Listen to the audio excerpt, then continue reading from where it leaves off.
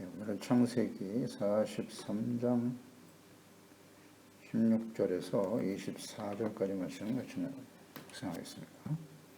43장 16절 24절 말씀 읽겠습니다. 요셉은 베냐민이 그들과 함께 있음을 보고 자기의 청지기에게 이르되 이 사람들을 집으로 인도해드리고 짐승을 잡고 준비하라. 이 사람들이 정오에 나와 함께 먹을 것이니라. 청지기가 요셉의 명대로 하여 그 사람들을 요셉의 집으로 인도하니 그 사람들이 요셉의 집으로 인도됨에 두려워하여 이르되 전번에 우리 자루에 들어있던 돈에 일러 우리가 끌려드는도다. 이는 우리를 옥류하고 달려들어 우리를 잡아 노예로 삼고 우리의 나귀를 빼앗으려 함이로다 하고 그들이 요셉의 집 청지기에게 가까이 나아가 그 집 문 앞에서 그에게 말하여 이르되 내 주여 우리가 전번에 내려와서 양식을 사가지고 여관에 이르러 자루를 풀어본즉 각 사람의 돈이 전에 그대로 자루 아귀에 있기로 우리가 도로 가져왔고 양식 살 다른 돈도 우리가 가지고 내려왔나이다. 우리의 돈을 우리 자루에 넣은 자는 누구인지 우리가 알지 못하나이다. 그가 이르되 너희는 안심하라. 두려워하지 말라. 너희 하나님 너희 아버지 하나님이 재물을 너희 자루에 넣어 너희에게 주신 것이니라. 너희 돈은 내가 이미 받았느니라 하고 시몬을 그들에게로 이끌어내고 그들을 요셉의 집으로 인도하고 물을 주어 발을 씻게 하며 그들의 나귀에게 먹이를 주더라. 아멘. 신실한 회개와 용서를 기뻐하시는 하나님. 기근과 아들들이 애굽에서 볼모로 잡히게 되었고 사랑하는 아들 베냐민마저 애굽에 보내야 하는 진퇴양난의 위기를 만난 야곱은 우유부단한 태도로 시간만 보내고 있었습니다. 그러나 계속되는 기근으로 인해서 더 이상 선택의 여지가 없었던 야곱은 양식을 얻기 위해서 베냐민을 데리고 애굽으로 갈 것을 결단하게 됩니다. 그래서 전능하신 하나님께서 그 사람 앞에 너희에게 은혜를 베푸사 그 사람으로 너희 다른 형제와 베냐민을 돌려보내게 하시기를 원하노라. 내 자식을 잃게 되면 잃으리로다. 이런 결단을 하게 되는데요. 하나님의 은혜에 대한 믿음 그리고 자식을 잃으면 잃을 것이다 라는 결단.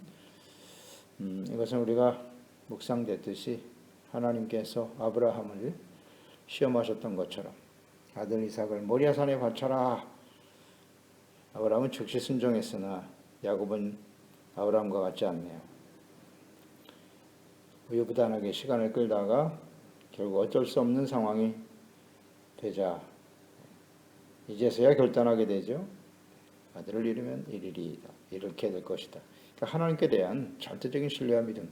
또 이처럼 되어지는 그 위기와 진퇴양난의 시련들은 운하프로에바 하나님께서 테스트하시는 것임을 알아야죠. 그래서 어떻게 대처해야 되는가?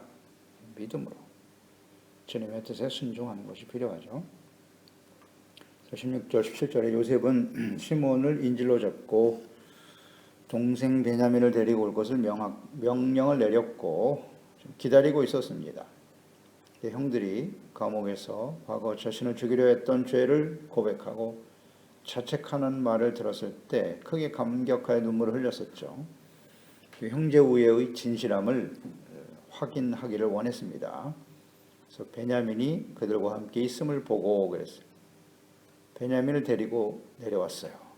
자기 청지기에게 이르되 이 사람들을 집으로 인도해드리고 짐승을 잡고 준비하라. 그러니까 요셉은 형들이 베냐민과 함께 내려온 것을 보고 크게 기뻐했어요. 그래서 형제들을 자신의 집에 초대해서 음식을 준비하고 함께 식사하며 형제의 정을 나누기를 원했던 것입니다. 베냐민을 데리고 내려왔다. 과거에 자신들의 죄를 입술로만 고백한 것이 아니라 감옥에 있을 때 입술로 고백했죠. 베냐민을 데리고 내려왔을 때 진정 형제 우애에 대한, 형제를 사랑하는 마음에 대한, 또 자신들의 회개에 대한 구체적 실천이 되었던 것이죠. 그것을 보고 싶어 했어요. 요셉은. 그것을 보고 크게 기뻐했다. 진실로 저들이 회개하고 돌이켰구나. 그렇습니다. 언제나 회개는 입술로만 하는 것이 아니라 이게 구체적 실천으로 나타나야 되는 것이죠. 회개에 합당한 열매를 맺어야 한다. 말씀을 통해서 묵상하게 되고요. 이것을 그 베냐민을 보는 순간 형제들의 그 사랑의 구체적 실천을 보면서 마음에 크게 기뻐했던 것이죠. 그래서 잔치를 배설하고 형제들과 함께 식사하려고 했던 요셉의 마음을 느낄 수 있어요. 18절에 애굽의 총리가 요셉임을 알지 못한 형제들, 총리 집으로 자신들을 인도하는 일로 크게 두려워하고 있었습니다. 두려워했다. 왜 우리를, 총리의 관저로 우리를 인도한단 말인가? 혹시 지난번 곡식을 사서 돌아갈 때 자루에 돈이 있었던 일로 인해서 우리를 도둑으로 몰아 다시 억류하고 노예로 삼으려고 하는 것 아닌가? 또 그 대가로 나귀를 빼앗을 것이라고 생각하고 있었습니다. 두려워하고 있었어요. 절대 권력자인 총리 앞에서 두려워하는 형제들, 당연한 것처럼 보입니다. 이런 형제들의 두려움을 묵상해 보면서 그 총리가, 애굽의 총리가 요셉임을 전혀 알지 못하고 있죠. 그런데 현실적으로 보면 애굽의 총리는 절대 권력자입니다. 그 말 한마디에 자신들의 생사가 달려 있어요. 그 요셉의 말 한마디에 형제들이 죽을 수도 있고 살 수도 있다는 거죠. 그러니 그 절대 권력자 앞에서 자신들의 죄와 허물로 인해서 두려워하고 있잖아요.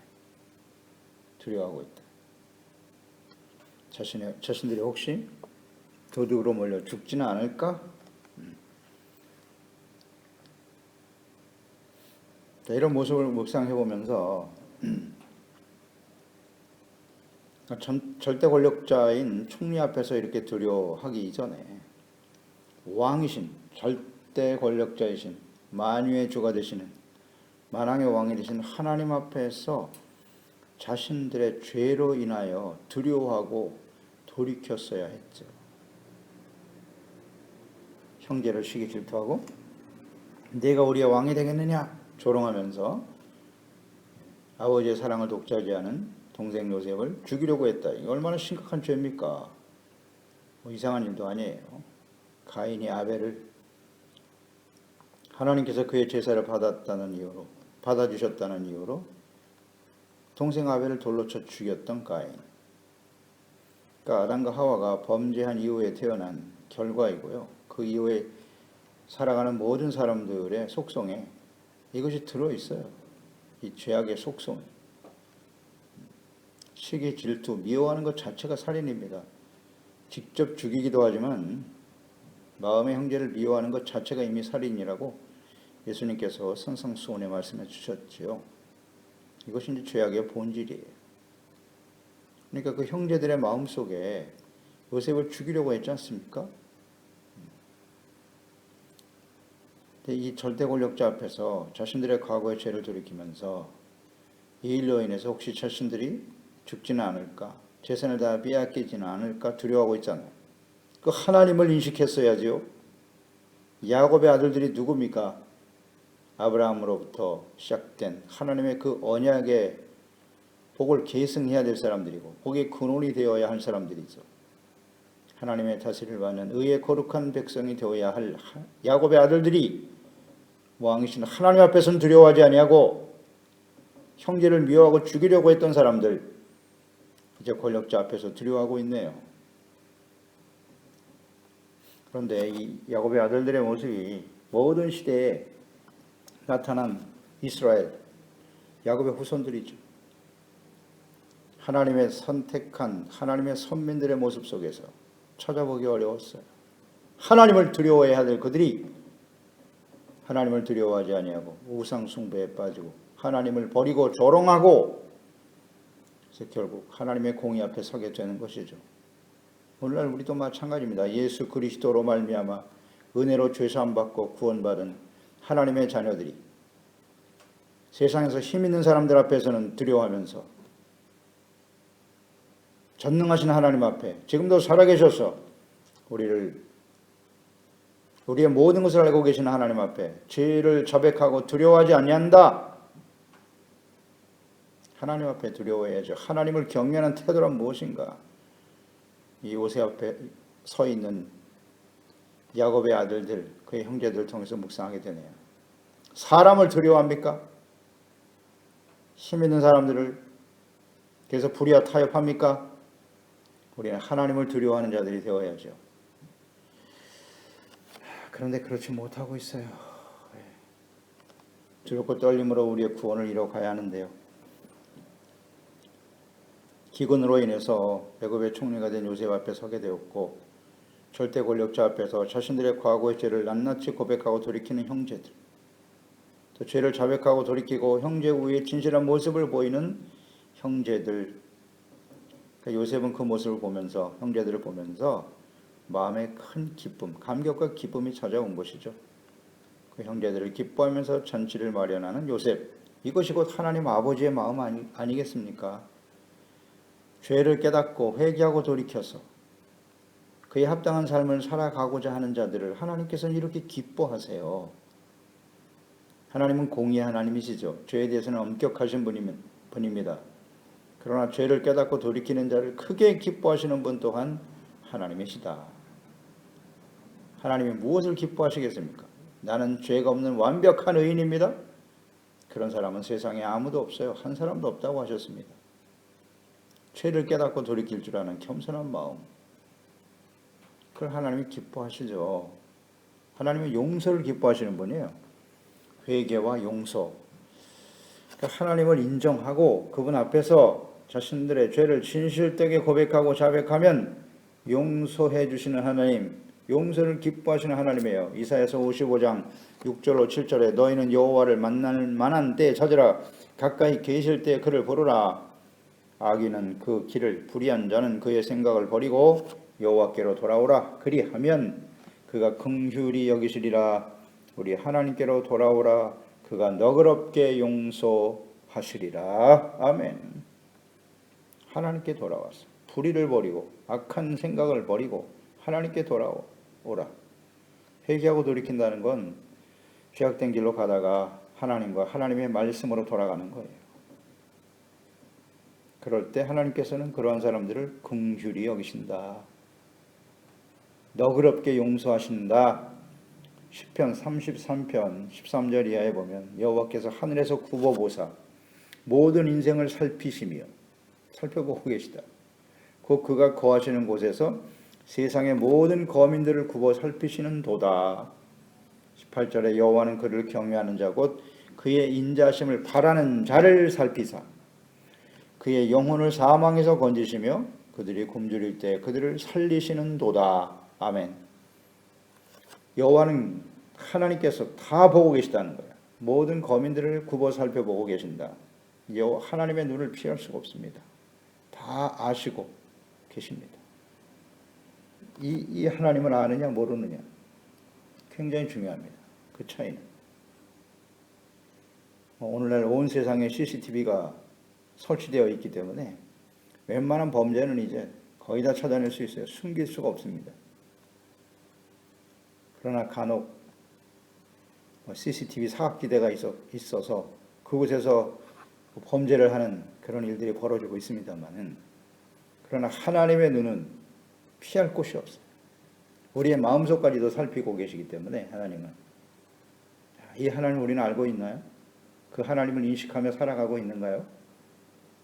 그 하나님을 안다는 것이 곧 하나님을 경외하는 모습으로 나타나는 거예요. 그럴 때 그 인자하심을 바라는 자를 살피시는 분이다 그랬거든요. 그러니까 하나님 앞에서 우리가 숨겨질 죄는 없다. 이것을 인식하고 진실된 마음으로 하나님 앞에 나가서 우리의 죄를 자백하고 돌이키는 거예요. 하나님의 인자하심을 구하는 거예요. 나의 죄를 덮어주시옵소서, 죄를 덮어달라고, 죄를 눈감아달라고 하는 것이 인자하심이 아닙니다. 하나님의 인자하심을 구하는 태도는 자신의 죄를 솔직하게 하나님께 고백하는 거예요. 그리고 돌이키는 겁니다. 그게 하나님의 인자하심이에요. 그런데 사람들이 잘못 알고 있어요. 하나님의 인자하심은 내가 죄를 지어도 나를 벌하지 않는다? 내가 어떤 죄를 져도 그대로 용납하시는 분이다. 그게 하나님의 인자하심이라고 생각하는 잘못된 믿음을 가지고 있는 사람들이 얼마나 많은가. 하나님의 인자하심은 우리가 죄를 깨닫고 돌이킬 때 하나님을 두려워해야죠. 그 앞에서 우리의 죄를 두려워하고 그 길을 떠나는 겁니다. 그럴 때 하나님이 우리를 용서해 주신다. 이것이 하나님의 인자하심이죠. 그들의 영혼을 사망에서 건져주시고 그들이 굶주릴 때에 그들을 살리시는도다. 인자하심을 바라는 사람이라는 뜻을 잘 기억하세요. 인자하심을 바라는 자를 살피신다. 인자하심이 영원하신 하나님을 찬양하는 내용이 가장 많이 기록된 성경. 인자하심, 사랑의 하나님. 이 사랑의 하나님이 인자라는 단어가 가장 많이 나와 있는 것이 시편이에요. 시편. 인자하심의 내용으로 가득합니다. 우리 사람은 완전할 수 없습니다. 완전할 수 없어요. 다윗과 같이 하나님의 마음에 합한 자라고 했으나 다윗도 역시 온전하지 못했어요. 그래서 그가 끊임없이 추구했던 것이 뭐냐? 하나님의 인자하심. 시련과 어려움을 당할 때 하나님의 인자하심이 필요하다. 주여 나를 불쌍히 여기시고 하나님의 자비와 긍휼로 돌보아 주세요. 버리지 아니하시는, 시련과 어려움 속에서도 버리지 아니하시고 사랑으로 돌보시는 하나님.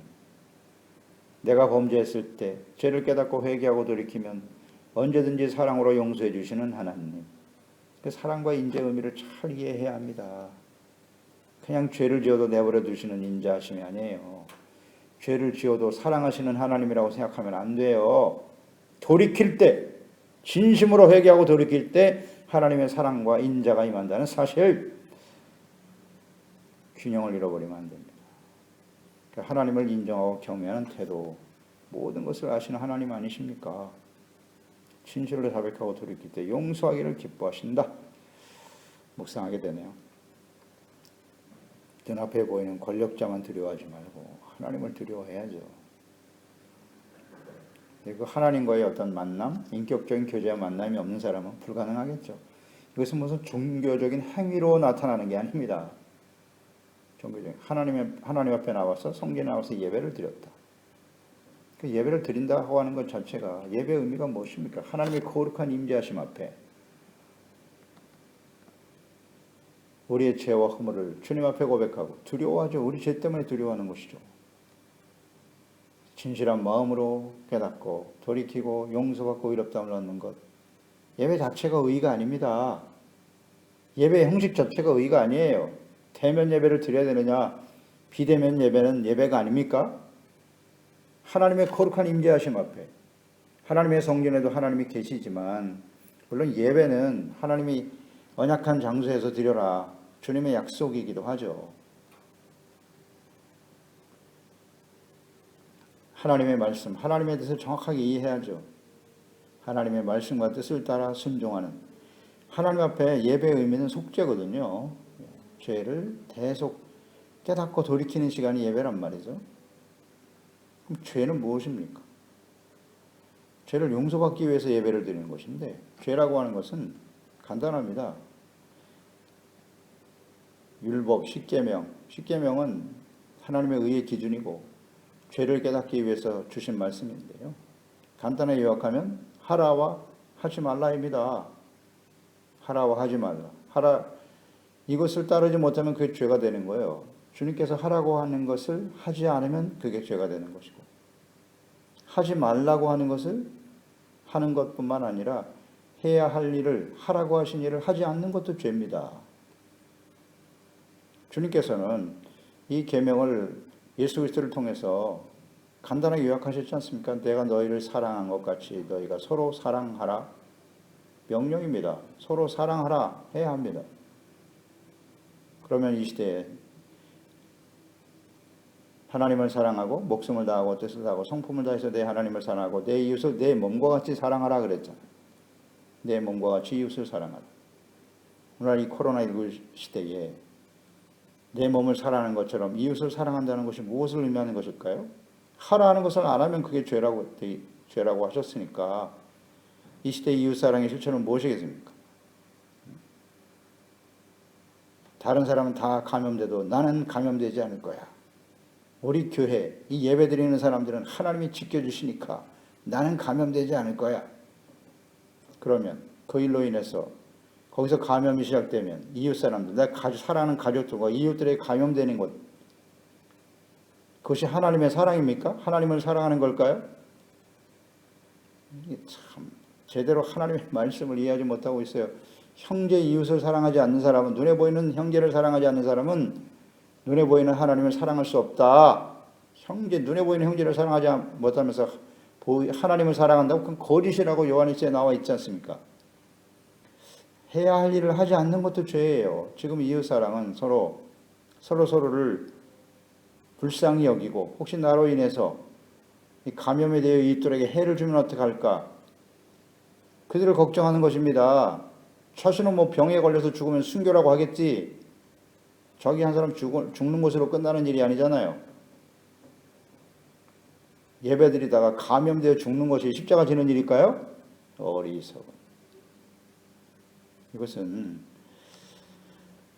올바른 가르침이 아니에요. 이것을 주장하는 요즘 목사들이 많이 있는데요. 그들은 그냥 교권주의자들이에요. 옛날 예수님 당시에 바리새인들과 같아요. 하나님의 아들 예수 그리스도가 직접 눈앞에 있으나 자신들의 권력, 교권이죠, 교권. 지도자로서, 종교적인 지도자로서의 권위를 내려놓을 수 없었던 교권주의자들. 오늘날 비슷해요. 오늘날 목사들도 마찬가지일걸요. 자신이 현재 누리고 있는 교회, 권력, 그 권위의 자리를 내놓지 않으려고 하는 거죠. 예배를 안 드리면 자신의 권위가 떨어진다고 생각하는 거예요. 지킬 수가 없다고 생각하는 거예요. 참 안타까운 일입니다. 하나님은 진실한 사랑, 형제 우애. 오늘 이 요셉이 형제들을 이렇게 시험하는 가장 핵심적인 키워드가 뭐라고 그랬습니까? 형제들에 대해서 이렇게 가혹하게 대했던 이유는 형제 우애, 형제 사랑에 대한 은하프로에바. 저들이 진짜 형제를 사랑하는가? 그게 핵심이라고 했습니다. 잘 이해해야 합니다. 20절, 21절에 총리관저로 인도되는 형제들, 자신들이 취조를 당하고 모든 재물을 빼앗기고 노예가 될 것이다. 이렇게 생각하고 두려워하고 있습니다. 왜냐하면 이전에 곡식자루에 돈이 들어있었거든요. 이로 인해서 자신들이 도둑으로 누명을 쓰게 될 수도 있다. 그것 때문에 두려워하고 있는 것이죠. 그래서 그들은 청지기에게 고백합니다.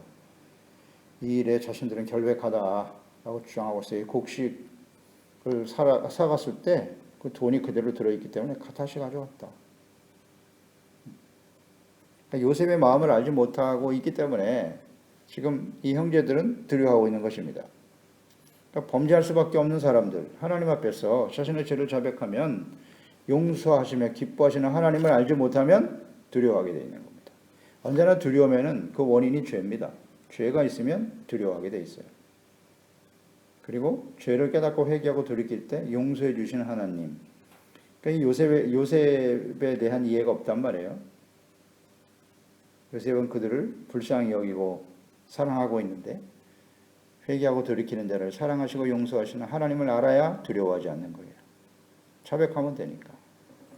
그러니까 자신의 죄로 인해서 하나님 앞에 두려워하는 일은 어떤 면에서는 바람직한 일이에요. 공의의 하나님을 두려워할 줄 알아야 돼요. 죄 때문에 두려워할 줄 알아야 돼, 하나님 앞에서. 그리고 공의의 하나님은 두려워해야지만 진실로 회개하면 용서하시는 자비의 하나님, 사랑의 하나님이심을 아는 것도 매우 소중하죠. 그래서 하나님을 균형 있게, 하나님을 바르게 이해해야 돼요. 치우치면 안 돼요. 너무 공의의 하나님만을 강조하면 율법주의자가 되는 거고, 또 너무 사랑의 하나님만을 강조하면 방종하는 자가 되게 만드는 거예요. 이 균형을, 성경은 균형을 갖고 있어요. 하나님의 속성이 공의와 사랑이기 때문에 절대 이것은 나누어질 수 없는 거죠. 그래서 하나님의 공의 앞에서, 하나님의 말씀 앞에서 죄를 깨닫고 정말 슬퍼하고 애통하고, 자기 죄 때문에 애통하며 눈물을 흘리는 사람이 복이 있다고 하시잖아요. 그런 사람들에게 위로가 임한다고. 용서해 주시니까. 하나님이 함께 하시니까.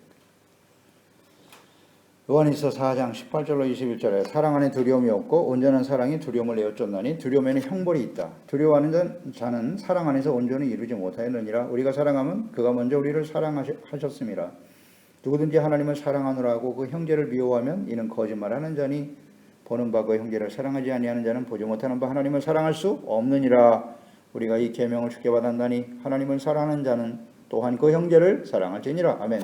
형제 사랑을 실천하지 못하는 것은 그런 사람들이 하나님을 사랑한다고 하는 것은 다 거짓이라지 않습니까? 분명히 나와 있죠. 그러니까 이 사랑을 실천하지 못하니까 두려워하는 거예요. 두려워하는 거예요. 어렵지 않아요. 23절 24절에 이전 곡식의 돈을 가져간 일로 두려워하는 형제들 그들에게 청지기가 안심하라 두려워하지 말라 그러네요. 청지기 안심하라 두려워하지 말라 그러면서 너희 하나님 너희 아버지의 하나님이 재물을 너희 자루에 넣어 너에게 주신 것이다. 이 요셉의 청지기가 이런 고백을 하네요. 이 청지기는 어떤 사람일까요? 애국 사람이겠죠. 총리의 청지기예요. 그런데 이 애국 사람이 하나님을 고백하네요. 이 하나님에 대해서 어디서 배웠을까요? 요셉을 통해서 배웠겠죠. 요셉이 하나님을 경외하는 자고 자기가 입술로 고백했죠. 형제들에게 나도 하나님을 경외하는 자다. 그냥 한 말이 아니에요. 그의 삶을 통해서 이미 바로 앞에 섰을 때부터 하나님을 증거했죠. 요셉은. 그러니 항상 그의 삶 속에 하나님을 경외하는 삶이 있었을 것이고 자연스럽게 그 청지기 그와 함께하는 사람들에게 영향을 주고 있다. 이게 진짜 하나님의 사랑 아닙니까? 하나님의 사랑이죠. 그러니 안심하고 두려워하지 말라고. 먼저 당신들의 곡식 자루에 있었던 돈은 주인이 주신 거다. 이미 받았다. 너희 돈은 내가 이미 받았고 내 아버지 하나님이 재물을 너에게 주신 거야. 그러니 그 일을 두려워할 필요 없다. 라고 말했어요. 그리고 24절에 요셉의 집으로 인도하면서 발을 씻게 했고 그들의 나귀에게 먹이를 줬다. 발을 씻겠다는 것은 발을 씻겨주는 것은 손님입니다. 손님. 아주 귀한 손님에게 하는 일이죠. 요셉의 집에서 형제들의 발을 씻어줬다는 것은 그들을 귀한 손님으로 대접하고 있다는 것이고 그들은 나귀를 빼앗길 것을 두려워하고 있었는데 나귀에게 먹이를 주고 있었다. 먹이를 줬다는 것이죠. 이처럼 형제들이 회개하고 돌이켰잖아요. 그리고 베냐민을 데리고 내려왔어요. 자신들의 죄와 허물에 대한 구체적인 실천이 있잖아요. 회개에 대한 열매가 있어요. 이것을 요셉이 기뻐했던 것처럼 하나님께서도 기뻐하시는 거죠. 그래서 그들을 지금 선대하고 있어요. 요셉이. 이것이 곧 우리 하나님의 마음이다. 그러니까 예수 그리스도의 십자가의 은혜로 죄를 용서받은 우리 그리스도인들은 형제와 이웃의 죄를 용서하는 자들이 되어야 해요. 용서를 기뻐하시는 하나님과 같이 정죄나 비판보다는 용서를 기뻐하는 자들이 되어야죠. 그렇지 않나요? 용서를 우리가 해야 할 일은 용서밖에 없어요. 우리는 형제와 이웃에 대해서 비판하거나 정죄할 그런 자격이 없어요. 자격이 없습니다. 다시 한번 예수님께서 우리에게 주신 새 계명을 묵상합니다. 새 계명 요한복음 13장 34절 내가 너희를 사랑한 것 같이 너희가 서로 사랑하라. 우리가 해야 할 일은 용서예요. 마가복음 11장 25절에 서서 기도할 때 아무에게나 혐의가 있거든 용서하라. 그리하여야 하늘에 계신 너희 아버지께서도 너희 허물을 사하여 주시리라 하시니라. 이웃에 대해서 형제에 대해서 혐의가 있으면 용서하라는 거예요. 그래야 하나님께서도 우리의 허물을 사해 주신대요. 조건절이잖아요. 그리하여야 그랬으니까. 우리가 용서하지 못하면 우리도 하나님 앞에 용서받을 수 없다는 거예요. 이 요셉과 형제들의 모습 속에서 묵상되는 바 아니겠습니까? 누가복음 6장 37절에 비판하지 말라. 그리하면 너희가 비판을 받지 아니할 것이요. 정죄하지 말라. 그리하면 너희가 정죄를 받지 않을 것이요. 용서하라. 그리하면 너희가 용서를 받을 것이요. 우리가 비판하면 비판을 받게 되고 우리가 용서하면 용서를 받게 된다. 절대 변하지 않는 진리입니다. 하나님의 뜻이에요. 누가복음 17장 4절에 만일 하루에 7번이라도 내게 죄를 짓고 7번 내게 돌아와 내가 회개하노라 하거든 너는 용서하라 하시더라. 이런 것이 7번이라도 용서하라고 주께서 말씀하셨어요. 회개하는 자는 용서하신다. 이게 하나님 뜻이에요. 에베소서 4장 30절 32절에 하나님의 성령을 근심하게 하지 말라. 그 안에서 너희가 구원의 날까지 인치심을 받았느니라. 너희는 모든 악독과 노함과 분냄과 떠드는 것과 비방하는 것을 모든 악의와 함께 버리고, 보세요. 노함, 악독, 분냄, 떠드는 것, 비방하는 것, 이거 악이라고 말씀하시잖아요, 성경이. 그걸 왜 의라고 정당화시킵니까? 거기에 또 하나님의 말씀을 분별하지도 못하고 하나님을 만난 적도 없는 자들이 하나님의 이름을 들먹이고 예수 그리스도의 이름을 들먹이고 하나님의 말씀을 들먹이면서 말해요. 이 말씀은 다 어디가 있어요? 악독과 노함과 분냄 떠드는 거 다 악이라고 하시잖아요. 이거 버리라고. 서로 친절하게 하며 불쌍히 여기며 서로 용서하기를 하나님이 그리스도 안에서 너희를 용서하신 것 같이 하라. 아멘. 이게 하나님의 뜻이에요. 우리가 하나님께 용서받았기 때문에 우리가 할 수 있는 일은 용서예요. 누구를 정죄하고 비판하고 그럴 자격이 우리에게는 없습니다. 제발 하나님의 말씀을 좀 바르게 이해하기를 바랍니다. 세상에서 떠드는 그런 일에 그런 말에 현혹되지 말고 그리스도인들은 용서해야 하는 거예요. 불쌍히 여기고 그래야 우리가 하나님 앞에 용서받죠. 남을 정죄하고 비판할 수 있는 자격은 자신이 죄가 하나도 없으면 가능해요. 죄 없는 사람이 있습니까? 예수님을 생각해 보세요. 현장에 가나마다 잡혀온 여인을 떠올리면 됩니다. 돌로 쳐라. 너희 중에 죄가 없는 자가 돌로 쳐라. 우리가 해야 할 일은 용서입니다. 하나님은 용서를 기뻐하세요. 기도하겠습니다. 하나님 아버지, 오늘도 주님의 말씀을 묵상하면서 요셉이 베냐민을 데리고 내려온 형제들을 보면서 얼마나 마음이 기뻐하고 감격했는지, 형제들을 직접 집으로 초대해서 그들을 선대하고 그들과 함께 식사를 하며 정을 나누기를 원했던 요셉의 마음, 이것이 우리 하나님 아버지의 마음이시겠죠. 죄를 입술로만 고백하는 것이 아니라 구체적인 실천으로 회개에 합당한 열매를 맺을 때 하나님은 기뻐하세요. 하나님은 정죄하고 비판하시는 공의의 하나님만이 아니라 죄에 대해서 엄격하시죠. 그러나 그 죄를 깨닫고 돌이키기를 원하시는 것이 절대로 하나님의 재앙을 원하지 않으세요. 심판을 원하시는 분이 하나님이 아니세요. 죄를 깨닫고 돌이키면 언제든지 용서해 주시기를 기뻐하시는 하나님, 그 하나님 앞에 진실을 떼게 하나님의 눈을 의식하고 겸손한 자세로 두렵고 떨리는 마음으로 말씀 앞에 우리의 죄를 자백하고 용서받고 그 용서를 받은 저희들이 이웃에 대해서 어떻게 해야 되겠습니까? 형제와 이웃들에게 비판하고 정죄하는 자들이 아니라 분내고 떠드는 자들이 아니라 모든 악의를 버리고 모든 사람들을 이해하고 용서하고 불쌍히 여기는 우리 모든 지체와 가족들이 되게 하여 주시옵소서.